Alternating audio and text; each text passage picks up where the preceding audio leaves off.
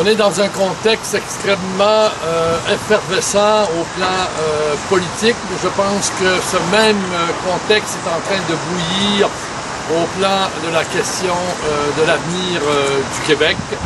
Cette semaine, on a eu des annonces qui illustrent dans le quotidien c'est quoi être dans la camisole canadienne.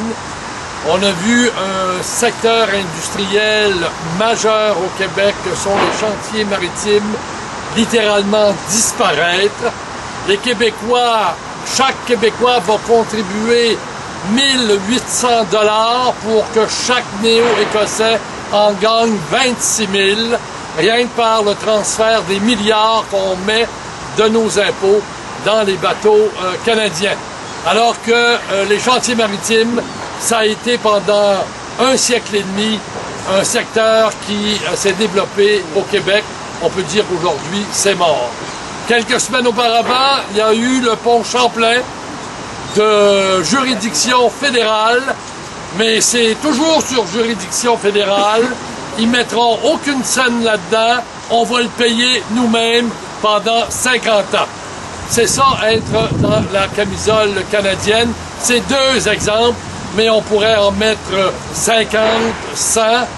L'indépendance du Québec, quand ça va arriver, ça va changer le quotidien de nos vies, ça va changer l'ensemble de nos politiques et c'est important qu'on fasse la plus grande unité pour que ça arrive le plus rapidement possible.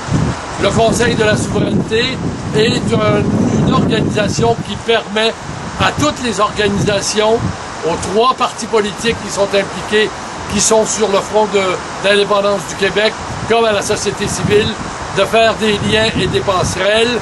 Et dans l'année qui vient, il est à peu près certain qu'il va y avoir une démarche ample de toutes les organisations pour qu'on inscrive l'indépendance au cœur des vraies affaires, c'est-à-dire au cœur du développement économique, au cœur du développement social, au cœur du rayonnement culturel, au cœur aussi des transformations des institutions démocratiques, parce que de la manière que c'est géré à l'heure actuelle, la confiance dans ces institutions est en train littéralement de disparaître.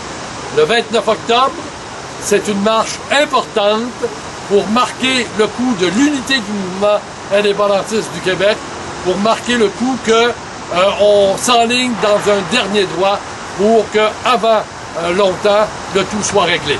Alors, tout le monde au rendez-vous à 14 h le 29 octobre prochain.